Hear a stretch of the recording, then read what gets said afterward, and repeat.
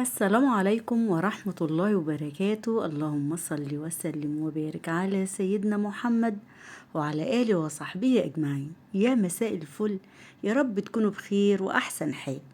تعالوا النهاردة هنعمل الكريم شانتيه في البيت. عاوزة أقولك حاجة كده تحفة، مكونات موجودة في بيتك، اقتصادي جدا. عاوزة أقولك رهيب بجد، هتعتمدي عليه في كل الحلويات، تزيين التورت بقى والجاتوهات واللي انت عاوزاه كله. شايفة الجمال؟ مكونات اقتصادية جدا، وفي دقايق بالظبط هتعملي أكبر كمية، وكمان متماسك وأحلى كتير، أحلى مليون مرة من اللي احنا بنشتريه. الله بجد، شايفة؟ بصوا بقى متماسك ازاي، وفي نفس الوقت القوام بتاعه كريمي وجميل جدا. بصوا. طب يلا بينا نشوف الفيديو بتاعنا النهاردة وهنعمله ازاي مع بعض. طيب، أول حاجة معانا كوباية سكر، عليها نص كوباية مية، عليها معلقة عسل كلوكوز. العسل الكلوكوز يا جماعة البطرمان ده بقاله عندي سنتين، وسعره رخيص على فكرة، أنا كنت جايباه ب20 جنيه. ما شاء الله، يعني هنستخدمه بقى في حلويات مولد النبي، ولسه كنت عامله لكم بيه النوجة، يعني ما شاء الله هيقعد معاكي. طب خدنا كده بقى العسل بتاعنا، حطيناه على النار، وتعالوا كده هقولك هنعمل ايه. معانا 3 بيضات، هناخد البياض بس، والصفار هتستخدميه عادي بقى، تقليه تعملي بيه اي حاجة عندك يعني. تمام. هنحط على البياض ايه؟ ذرة ملح، وهنحط عليه باكت فانيليا. هنا انا سايبه الشربات اهو على النار، او العسل بتاعنا. انا هسيبه في حدود ربع ساعة لحد لما القوام بتاعه كده يبقى عامل زي الكورة، الكورة متماسكة بس مش ناشفة ومش طرية. هوريهولك دلوقتي. هناخد بقى بياض البيض اللي حاطين عليه ذرة ملح خفيفة والفانيليا، وهنبتدي نضربه كويس قوي. هتضربيه بقى بالمضرب الكهربائي، هتضربيه بالعجان زي انا ما بعمل كده، اي حاجة، المهم يكون مضرب، ولازم يتضرب كويس قوي على درجة عالية. كل ما هتضربي فيه هيبدأ اللون بتاعه يعمل في الاول رغاوي، ويبدأ يبيض كده زي ما انت شايفه. تمام. لحد لما في الاخر هيدينا القوام كده، هيعمل لنا ايه؟ المارينج. تمام، يعني اللي احنا بنعمل بيه المارينج. فهيبقى القوام بتاعه ابيض كده زي الكريمه. وبرده بروح اشوف العسل بتاعنا.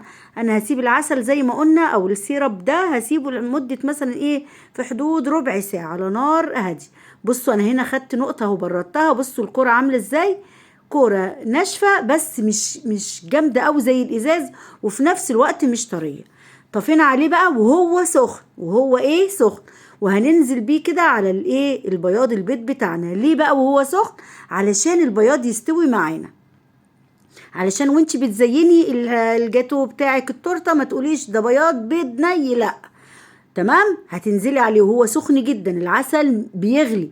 هتنزلي عليه وتضربيه كده لمدة 10 دقايق لحد لما يبقى بالقوام ده اللي انت شايفاه. تعالي هنا بقى، هعمل لك لو حابه ان انت تعملي الوان من الكريم شانتيه هقول لك دلوقتي. ادي معانا كده الابيض. تمام، اللون الابيض العادي اهو. بص القوام بتاعه جميل ازاي. عاوزه اقول لك احلى مليون مره من الكريم شانتيه اللي انت بتشتريه، اللي الكيلو بقى ب 230 جنيه. تعالي بقى بناخد كده في بولات، علشان اقول لك ازاي تعملي الالوان. لو انت حابه تعملي تورته لونها بينك، احمر، اخضر، اصفر، ازرق تمام، اللون اللي انت عاوزاه اهو. طيب اول حاجه ده لون جل طعام، موجود عند خامات الحلواني وفي عند العطار، وفي قولي له عاوزه لون جل طعام. بنحط نقطه واحده بس، اللون اللي انت عاوزاه. عاوزه ده احمر على ابيض فبيدينا بينك، عاوزاه يبقى احمر غامق هتزودي اللون شويه. تمام. وطبعا الابيض هيفضل زي ما هو. تمام. وبنحطه بقى في كيس، اللي هو الكيس ده بجنيه، مع القمع بتاع البيتي فور والحاجات دي. ده لما انت يعني علشان اوريكي الشكل بس، علشان لما تحبي تزيني بيه. تمام. هنا انا حطيت لون برضو اخضر، ادانا اللون دون نقطة واحدة. عاوزة تغمقي بتكتري اللون شوية. اي لون عندك بقى حابة تعملي بيه، لون التورتة، لون الجاتو، بتجيبيه من عند الخامات الحلواني، قولوا له عاوزة اللون كذا. شايفة القوام عامل ازاي؟ بصي بقى ده الابيض العادي، الكريم شانتيه العادي.